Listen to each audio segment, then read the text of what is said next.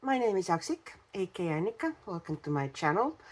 Very happy to see you here, and we once again are carrying on with my never-ending series about all my finished coloring pages and whips. And now next we're going to talk about all my smaller or irregular size books which don't really fall into any other categories, like they're not A4, you know, they're not Amazon books. A lot of Asian books would be in that category, kind of a smaller or weird sized books, and a couple of square books that I just forgot. I'm talking about you especially here. So I'm going to clear up the desk a bit so I can start moving things around. And I might take that square book that I have forgotten previously first, so that's done. And there's another kind of a smaller square book after that, which should have been in square books, but hey,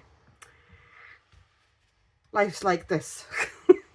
So this book, I think, do I have its name written down? I actually do have, which can be a bit rare for me.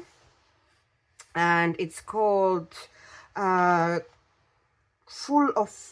book full of flowers, fairy tale forest friends, secret invitation, and it's illustrated by Nashio. And I have written myself a note here on little post-its, like I do tend to kind of stick my little notes into the books with post-its. And I've written to myself that watercolors work better for basing in this book than felt tip pens. Obviously, the felt tip pens go through fairly easily, whereas you can actually base with watercolors without major issues. And I have tested it here, obviously. Oops. I pressed the...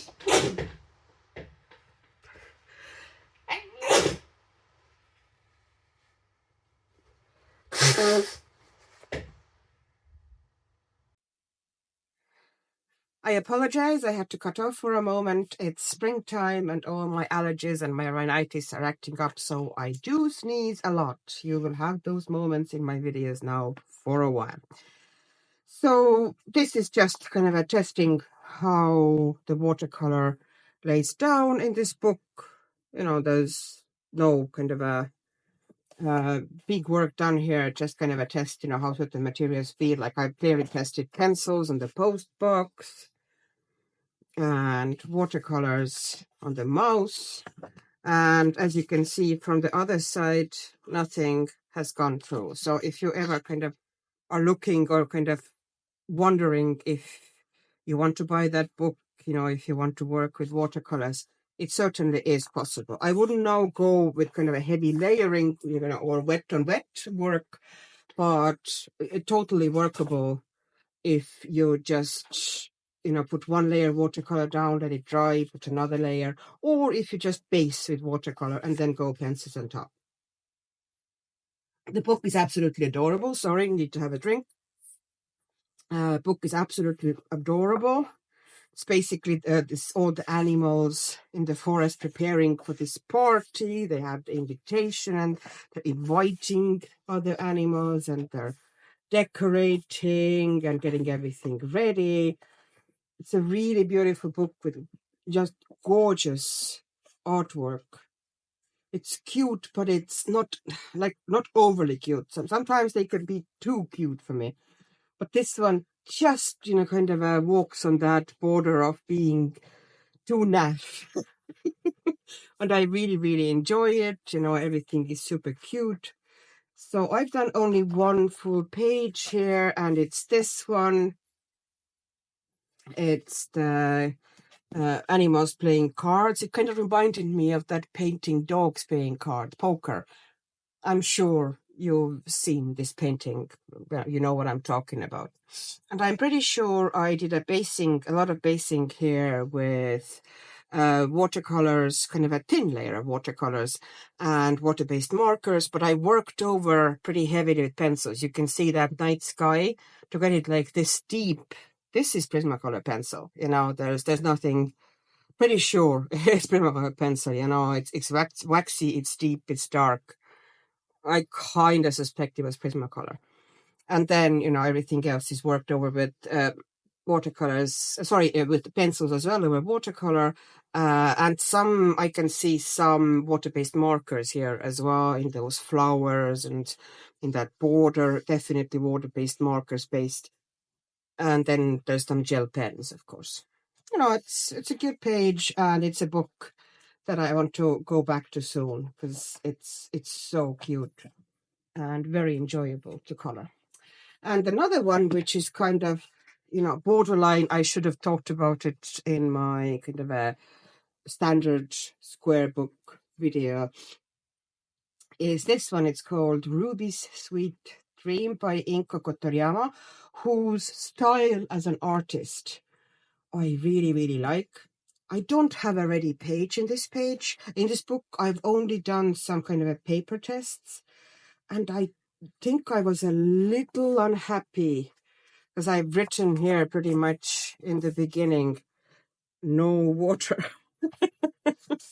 No, you can actually, I'm exaggerating here a bit. You can use watercolor if you use it in one quick layer and don't, like there's a tester page here. If you just put down one quick layer and don't go over it while it's wet, you can get away with watercolor. Water-based marker, if you work quickly and just one layer and don't go over it, doesn't go through either. But the moment you start adding shading while the paper is still wet, it sinks through. And even these ones here, although I've only added one layer essentially of watercolor, and some of them are just diluted markers, there's a mix of different stuff. That's what I usually do. And you can see even those, like this is just watercolor, this is not pure marker on the paper, and this has gone through pretty heavily. So you need to be careful what you work with here. If you base something, then kind of a pastel or kind of a light water-based markers worked fine. Watercolor or anything fairly wet, no, you can't really. So I need to kind of figure out for myself what I'm going to use here for base. The artwork is really fun. It's kind of a quirky and different drawing styles, and I like the style a lot. Except not a huge fan of, like, I'm not a mandala person. Well, I would like to be a mandala person, but they always come out god awful when I try to do them. So, yeah, no. But there's beautiful, beautiful images here, and there's pretty much this little frog princess who goes and travels around the world or around the forest, and meets different animals, and there's also those like little cute miniatures which would be really nice to do with pencil. Like there's a capybara here. I think I should do that because I love capybaras. Anyways, I would love to do, actually I'm going to stick, I saw that, is it okay? Now I lost it. I want to stick that postcard where the capybaras were, because I'd actually like to remember that and maybe try to do it, because it's a really cute page with kind of little miniatures and would be a good place to start here. But I suspect, I would need to pretty much mostly work with pencil. Next book, Love Fantasy. I don't know if I've had any more translations for it. No. It's Love Fantasy coloring book. Yes, that's all I know about it. I do not know the author's name. And I also really like the artwork here. And you have the samples in the beginning. I usually don't really go heavily by the samples, but they can, like, I don't have anything against samples. Having a sample does not mean that I have to follow it, or that I have to follow it by letter. Sometimes samples provide you some ideas or some techniques how to do certain things that you wouldn't think of yourself. Or if it's a very intricate page, they can help you figure out what is what. But in this case, like these samples are cute, but I could take them or leave them. Do you know what I mean? But artwork, yeah, really like. And the paper in this book is fantastic. Oh, I like to do. I need to do that in the winter. I need to remember it. It's really cute. And I want to do another page here soon. And I have one page here done, which was based with watercolors and water-based markers. Pretty sure that the most of the kind of as landscape was done with watercolors, and then those leaves here were based with water-based markers. You can see here, how it's come through. This looks like water-based marker that I've actually blended on paper and then gone over with water, and that's how it sinks through. And there's something here as well that seems that I've kind of put some water-based marker down and diluted it upwards. And the image itself is really, really cute. It's kind of a summer scene. Bear family fishing, otters, watching them across the river. Yeah, I like how it came out. And as for water, I kind of like to repeat all the colors of the environment basically in the water. And I think that makes water look nice. That's how I do water. Or I'm still learning how to do water, so this is how far I've gotten. This is actually, I'm going to leave that a bit later when I bring the camera a bit closer, because some of the books are so small that it would really be better if we brought the camera closer. So I'm taking these ones. And this is a series by Sunjin Jung. And there's 4 books in it. They're basically all seasons. And I really like them. Once again, I'm usually kind of iffy about very cute styles, but really like, for some reason, that series, or often kind of Korean and Japanese artists are walking that line really skillfully for me. Anyway, this book is called Cat's Fall Picnic, and this one now has it's a Korean book. It's gotten, I bought it from the Korean website. That is the cheapest way, to buy them. It's from Aladdin. And this one has the samples next to the images like this. And it can be, like, I know people that dislike it heavily, and I know people who love it. They don't bother me at all. I do sometimes, sometimes it's cool to kind of, okay, I'm going to take that color scheme and play with it. I'm never going to color them exactly like that. This is, not really, that's why I'm not afraid or not bothered by the samples, because I'm never going to do, that flat of a coloring. It's beautiful, it's stylish, but it's not me. So when I color it still in my style. But you get ideas, how to, there's some cool light effects, and how she's played, the artist has played with color. And I have here, I think this one was just a pencil test. And this paper now in these books is absolutely fantastic for pencils. It does take watercolor as well. I wouldn't go like heavily layering a wet to wet work, but you can use watercolor in it. You always hear that in Korean books, watercolor isn't suitable at all, but no, you can use it. This one is done with watercolor base, and I can show you the other side. Absolutely nothing came through. It's, pretty generously, but, it's not proper watercolors. I didn't really use, I don't think I used felt tip pens here. Possibly I used felt tip pens on the cats a little bit, in the patterns, and just to base those yellow chicks with kind of a felt tip pen. But most of that kind of a basing was done with watercolor. The paper isn't as straight as it was initially. It's, kind of very, very slight wave. I don't know if you can see. If I show it like this, there's something like this, but it didn't wallpaper hugely or anything. And the pencil, of course, go down like a dream. I am not particularly happy with that page, but that's just me and my shading and coloring choices. I don't think, it's all right. Nothing to write home about. But it's okay. I don't hate it, but I don't also love it. Everything kind of blends together too much for me.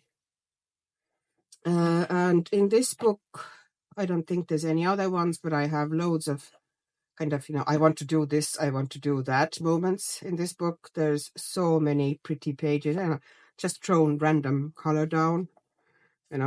This is obviously I've started kind of slowly building a color scheme and then abandoned the page. So yeah, that one. And then I have, let's take all of the ones that I now have then in a row. So this one is the winter one. And it's Midwinter Sunshine by Sunjin Jung. I'm sorry if I'm pronouncing it really badly. And obviously this is winter, but it's not strictly winter. Like the winter is a bit wider term here. There's greenery pages here, but there's also snow pages here. It's clearly, a country where winter can have, both green and snow. And this page is one of my main pages here. And well, I think it's the only one that I actually have completed here. Although I like this book a lot, once again, really love the artwork. But what is special about this page, or kind of interesting about this one, is that I colored it on lunch breaks at work, and I only had a 12 set of double-sided pencils. I think they were Coras or maybe Faber-Castells, but they're just kids' pencils, double-sided, 12 set. That's all I had pencils-wise. And all those flowers, I was almost challenging myself. Can I color these flowers like similar to what they are in the sample image with just that 12 set of image 12 set pencils, but 24 colors. One of them was absolutely useless, white, which I kind of used a bit like a blender, so it did have some uses. And yeah, I think, I got, as much as I could with these ones. I did pretty decent results. I didn't now try to go exactly tone by tone, but, to get the idea very similar. This color would have been very hard for me to achieve with the colors I did have. So, it came out a bit more pinkish here, but the principle is the same. And I did add a little bit more shading, and a little bit more of a texture into the flowers because I felt they were kind of a bit computery and flat, the color in this one. And then the background of the paper, I put down very thin, kind of very light color of water-based marker. And then, I added shading with a kind of brown pencil. And this one also, there's a yellow water-based marker underneath here and then shading on top. And the girls' pants are also, this green is based. But other than that, everything is done with those 12 pencils. And at the end, then, when I brought it home, eventually, I added some Sakura Jelly Roll into the stamens, so you would have this kind of I don't know if it's visible, kind of a shiny effect. And, nose and eyes of the dog and eyes of the girl. But I think it came out really cool, and it shows that sometimes very good paper is more useful than absolutely fantastic paper and absolutely fantastic pencils on really crappy paper. You can get better results with fairly poor pencils on a good paper. There you go. So yeah, that was a long talk about just one image. Let's move on. And this one is another one, and this is Spring Sunshine Coloring Book. Also really love that specific book a lot. Beautiful images. I find them really cute. Like, I want to do this one, and I want to do this one because I love those flowers. Usually I'm not a big, huge flower colorist, but sometimes, and certain flowers I enjoy coloring. poppies and daffodils and lilies. And I don't like coloring roses much. Let's put it that way. This is super cute, and I would like to kind of emulate not even the colors, but this color effect here, this kind of light that is shining through the branches. I would like to kind of see if I can somehow, emulate that, or not copy that, but figure out how to do it. And I have, oh, this is one of my favorite pages ever. And this is once again a clear show of that, this sky is done with Marie's pencils, as pure pencil sky. And it's done with, they're quite cheap. It's a big set. There's a lot of colors, but very few kind of, not too many very unique colors. And for example, for skin, it's actually not a great set, although it's like 160 pencils, I think, or 180. But, they're fairly hard and not fantastic pencils. Yet, you're able to easily do a sky like this if you have a good paper. And then but it does take quite a long time. The sky took me quite a while. I think it was whole evening of doing that sky, because it needed to be seamless, it needed to be smooth, it needed to have all those gradients and the colors playing in the clouds. And there's some gel pen in the clouds as well. A grey one, because I didn't want to put white in there, so I used grey instead of white, which to me worked much better in here. So that's another tip, don't always feel that you have to edge your or outline your clouds in white. They're not always white. So, you can let yourself go and be free about that more. And then I was kind of tired, and I based the rest of it with felt tip pens. Here I say Stabila and Stadler felt tip pens, and then I colored it with ChromaFlow pencils, which I love them. I know there are quite a few people who dislike them heartily. I adore them. I think they give fantastic results. And then, of course, there's some gel pens and stuff like this. So, absolutely love this page, and I think it's one of my most successful pages. Oh, and I also like how I did the white. This is now done with a different kind of a soft tones and grays from ChromaFlow, and also I think some from the Brutfuner macaroons. Okay, my glasses came flying here from somewhere on their own, mind of their own. Okay, so this book is, we're now finished with it. Let me see, what else do I have here? I think we can now probably get closer. The books are getting a bit smaller, but this one, well, we don't need to get closer yet. This is Le Monde Enchanté. Sorry, okay, I don't have French. I only have pretend French. And even that's not very good. Anyways, it's a compilation book of Lulu Mayo, and this is a Bible of a book. It's heavy. It's stitch bound and on absolutely lovely paper. And I like also the format. Let me take your regular Lulu Mayo book. It's pretty much kind of like height-wise the same. But if you actually compare it to the paper, because, the covers are a bit larger, the paper itself is slightly smaller.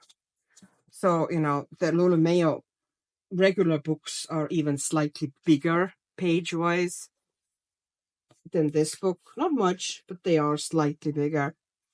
And it's a compilation of many of her different previous books. I think there's 1 million cats, 1 million dogs, 1 million magical creatures, million cute animals. I think there's 1 million baby animals here as well. But not all of the pages, obviously, some pages. So I kind of thought that should pretty much be most that I need from Lulu Mayo. Like, I don't really need much more. And I really like that paper. It pretty much, should take anything. Beautiful for pencils. And I've done 1 page here so far. And any time or any season or any mood I have, or if I feel like Lulu Mayo, I would definitely find something in this book. So, I don't need to have a pile of them. I mostly have this 1 book. So I have done only this page, and this page was done when I got Erogeton pencils, and it's fully done with Erogitons now. No other pencil here at all. Just testing, how to work with them. I've heard before that legends about them, how hard they are, and how nasty to work with, and they don't have much pigment. And I can absolutely and very resolutely say that this is not true. They have plenty of pigment. They are a hard pencil, but they are a layering pencil, and you just, if you want to work with them, you can achieve beautiful color combinations and very smooth blends and very interesting effects just because they are harder pencil. They would also be nice for hair, if, fur, I guess, but I haven't really tried to do that. And really, really, I enjoyed working with them on this paper, and I would presume on any good paper. So I just suspect that they are fairly demanding, that you need to have a decent paper, not saying, amazing paper, but at least decent paper, and you get nice results. I really liked working with them. And this is now my only Lulu Mayo book that I kept. It is actually, some pages of that are also in that big compilation book. But this is, I think, my favorite Lulu Mayo book so far. I did get myself the puppies book as well, but I haven't colored in that one yet. But that's just, because it's puppies, and I just need to have a puppies book because dogs. If it's a dog book, then I tend to get it because there's not too many of them around. There's loads of cat books, but not too many dog books, which is outrageous, I'm telling you. Okay, so this one is one of the first kind of pages or spreads I ever did after I started coloring again, after a very, very long break, which would have been 13 years. And I know that I did it with Black Widows. The pencil work, the background is painted in with just gouache. I mixed up that color and I painted the background with gouache. And there's some gouache in the clouds as well and such, and some gel pens and those little creatures. Hadn't found my way yet, and I was just kind of trying out Black Widows, which now I know aren't really the best choice on this paper. But, they're also not the worst. So, well, this one is typical my kind of a book now. This is some sort of a marker here that goes up. But they're both acrylic markers that this river is done with. One is metallic, and one is just kind of a plain matte one. This is acrylic markers. I've done the blending kind of, there's no pencils there. I've done all the blend with acrylic markers. There is metallic watercolor here. This little monster is done purely with acrylic markers. There's no other media there, except some gel pens in the eyes and in the horns. because I needed something a bit more detaily. And I haven't gotten to the hills yet, but I expect I will eventually. Okay, my dog is giving out to me. What is up? The problem with this book is that although the paper is very nice for pencils and water-based markers also, with watercolor it breaks into dots. I don't know if I can, maybe I can show you on some pages, although I usually tend to kind of disguise it with pencil. So I tried here at this page. I know I've put on, I can feel it. I don't know if you can hear it, the satin glaze on these pages. So I might try, how that will work out for me. But the book itself, I pretty much like most of the images here. I think it's one of our most successful books. This is one of the kind of spreads again that I'm kind of, putting down color as it goes. There's metallic acrylic paint here that I put everywhere, essentially, because I felt like it. That dancer is done purely with acrylic markers. There's no pencil in there. All the blending and everything at the skin is done with acrylic markers. The faces and these little creatures also. So I kind of experiment in this book a fair bit. I really like it. This big spread, one of my few spreads, because spreads tend to intimidate me. So, and also I'm super slow. So there's a lot of metallic watercolor in this page. Sadly, some of the metallic watercolor here was of cheap Chinese kind that tends to kind of crumble off. Like, I don't know if you can see in this star she's holding, bits are falling off. The holographic watercolor that I have in waves, I made myself from very fine holographic glitter. Just, tried my hand, can I do it? And yes, I can, but I would need to figure out a better formula, because that one was a little bit, it does kind of shed glitter a little bit. Other than that, I think there's, what I did here, that's the spread I discovered, that Inktense paints, the one in pans, you cannot really do pencils on them very well. That's why all the little creatures are kind of badly shaded or not shaded at all, because I put the Inktense pans on them and then discovered that I can't really go very well and very smoothly with pencils on top. It kind of creates plasticky surface. So now, if I use Inktense and want to go pencils on top, I only use the pencils. And what else do we have here? Once, typical, I put some background in, kind of varied greens here.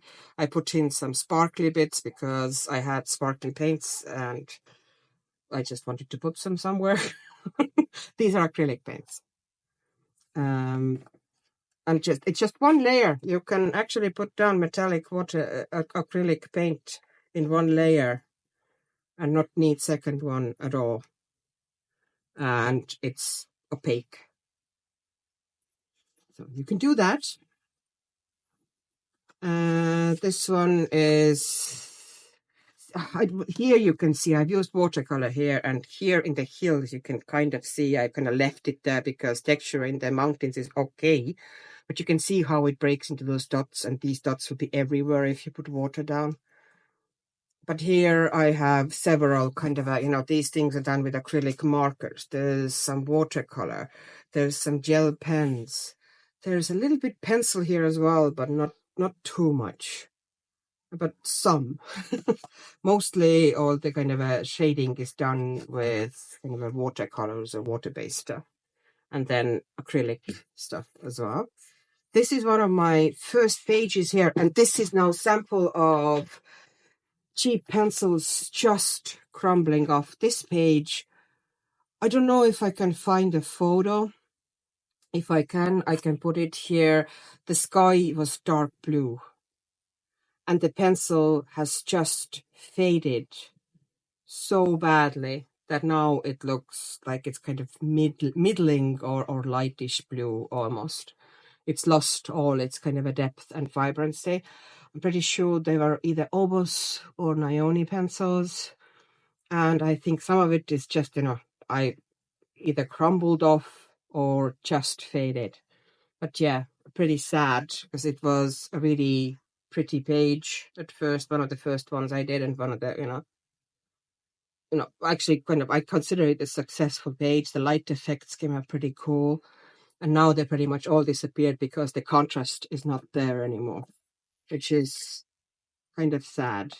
So either seed your pages or use better pencils. This one is now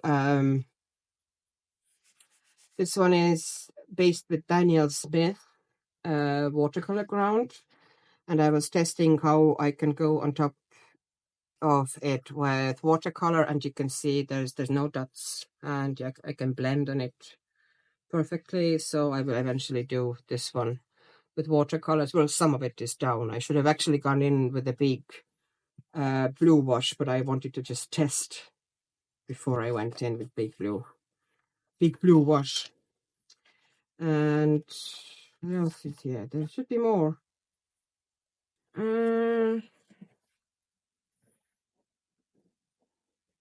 I know there's more. I really like the page, the artwork in this book. It's very successful. It's cute and quirky and fun, and one of those books where I want to keep working. This one is obviously work in process. Some bits have been done, some not. I think there's some watercolor pencil there. This one was based with felty pens, just regular felty pens, and worked over with pencils. You can see there's pointillism here. This is a very old page. It's like 3 years ago or something like this. So that pointillism and some kind of texture. It's all done with water-based markers, which, made my life easier. You can still see a little bit like the texture, of the water-based marker, kind of the streakiness. You get very close. I've gotten a little bit better at it now. This one is done with gouache. This is the page, I think, where I discovered how bad the water kind of gets the paper dotty when I started doing the background with blue. And then I just went and kind of stepped over to gouache instead of watercolor. And gouache, of course, works okay because it's a opaque material. So I did everything on this page with gouache because I had already, watercolor down everything was dotty and awful looking. So I pretty much fixed it with gouache and some acrylic markers. Okay, so next one. Maybe I should now get you a little bit closer because actually, no, I might do these two books and then move over to some other ones. So this is Immortal ink. And this book has two editions. One is American and one is UK edition. Maybe there's other countries as well, but I know of these two. And the American one, which is this one, is kind of a smallish format. I don't know, do I have everything A4 next to me that I can show you actual comparison? Okay, this is in A4 format. Okay, about A4. Actually, it's a bit bigger than A4. I'm lying to you. Oh, I have here a Coloring Heaven magazine, which I'm pretty sure is A4. Okay, so I have this one here, and look at the size difference. This is how much smaller this is, and I kind of like the fact that this is compact. And I also usually I prefer European paper, but in these ones I actually prefer the American paper. I don't know what.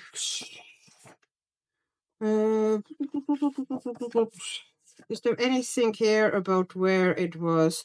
But it's from Penguin Random House. I don't know where it was printed. It might have been.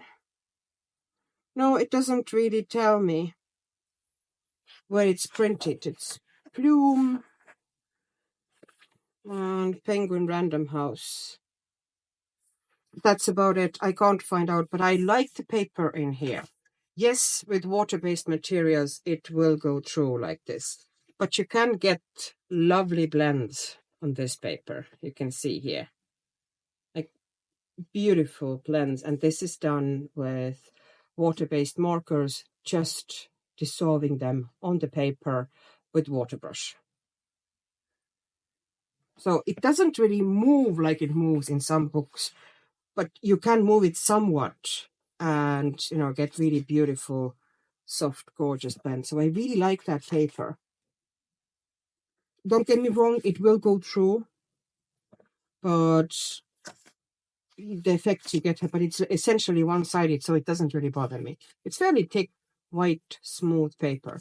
And this book has, actually this one does say, it's printed in the United States of America. Don't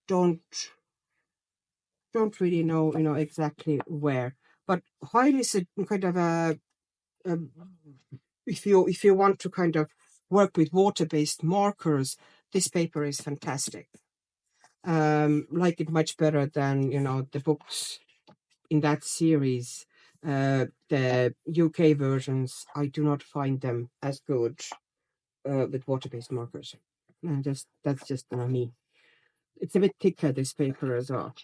I don't know if it's, pretty sure it's glue bound. Yeah, it's glue bound, but it's held up really well, so I can't really complain. This one is a compilation of different artists. There's, I think, 4 of them here, or no, 3. Tania Maya, El Rosé, and François Gauthier. And I like those kind of a random little tidbits. They're kind of a very manageable and fun and easy to do. I don't love all the artwork here, but I love quite a lot. For example, you know, not a huge fan of these or that one, probably never will do that. You know, it's not really my thing, but I like her style a lot. I think it's the El Rosé who's done that one. Like this one, although I didn't have paper underneath the other one, so I need to disguise all the stuff. Yeah, this one was actually on my channel how I did that. This is basically dissolved, scribbled with, the background is scribbled with water-based markers and then dissolved with wet kind of a textured sponge, and you get those beautiful color patterns. And then everything else is pretty much here, mostly kind of straight on paper, shaded and blended with water-based markers and a tiny bit of pencil added just for effect and depth in certain areas. And, you know, a little bit of gel pen here in those leaves and stuff like this, but very little. And this is acrylic based. This is, I think it's Kuretake, one of the metallic paints by Kuretake. Not 100% sure, but I kind of think it is. And once again, I found there's alcohol marker, just, you know, kind of a quick alcohol marker base. No blending here. Well, a little bit, but not much. A little bit, not tiny blending, but not much. And then pencils on top and acrylic markers. And they're kind of, you know, easy, you know, if you feel like doing something fast and easy and satisfying and work on a good paper, those little images are super nice to work on. This one, I think there's a little bit of a base here with diluted felt tip pens, you know, taken from scribbled onto the cutting board and then picked up with water brush and kind of applied here on the page as a base. And then the shading is all done with metallic pencils and all the background as well. I think they're the only ones I had, I think, were Brutfuner ones, the Brutfuner set metallic pencils. And I really like the colors because they're, you know, cool, different muted colors. So I was playing around with them. And I think the result was pretty fun. What else do I have here? Well, this is just random, you know, test with felt tip pens, dissolving them with water brush. the felt pens or brush markers. You know, it comes through, of course, the same way as the alcohol marker would, because there's so much water. But I don't really care about it here because, you know, it's essentially one-sided book. Okay, so the steampunk elephants, I have put full layer of acrylic wash, I mean diluted matte acrylic paint on here, and eventually I have a plan to go through on top of it with just a couple of different colors of maybe Prismacolor pencils to kind of create this metallic effect. And that could be a fun thing to do. Then there's, do I have anything else here? Oh yeah, I have the tiger. The tiger is two different acrylic paints. I love these. Oh, actually, this acrylic gouache. This is actually acrylic gouache by Turner that they call Japanesque, and they have slightly more texture to them than your regular matte would have. Kind of a specific type of acrylic paint. And there's some water-based marker scribbled onto the cutting board again and applied here with water brush as well to base the snake and, you know, all the elements. And then there's a little bit of pencil, but not too much. And I think it looks nice. And then there should be one more page here. Oh, the treehouse, one of my favorite pages. It's basically all based, you know, I just scribbled. The tree is, the foliage is done basically, I scribbled water-based marker randomly, you know, someplace lighter, someplace darker, no rhyme of reason really, not nice looking at all. And then I dabbed on it with wet textured artist sponge, or it can be any sponge really. And I left it to kind of mingle itself and to get this really soft, cool looking kind of a really blended color variations effect. And here the fact that it goes out of the initial lines actually looks like more natural. It actually looks like a tree. It makes it look really organic. And then, you know, some of it was based with just water-based markers. You know, there were some effects here, the same kind of a style effects done here in the stones and in the grass. I actually have a video about that if you want to look in my library, the tree house, how I finished that. And I explain in detail, you know, how I do all those effects there.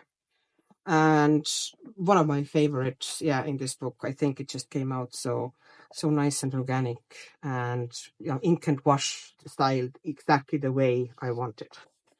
So that's it in this book. And last one in this video now, because otherwise it's gonna get way too long. It's Francois Gautier as well.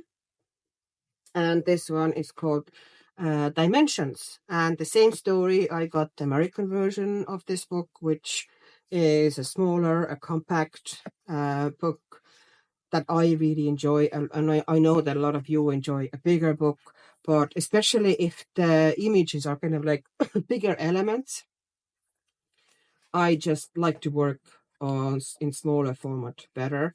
So here there were loads of experiments with water, you know, does it go through, how it goes through, and here it shows, yes, it does go through.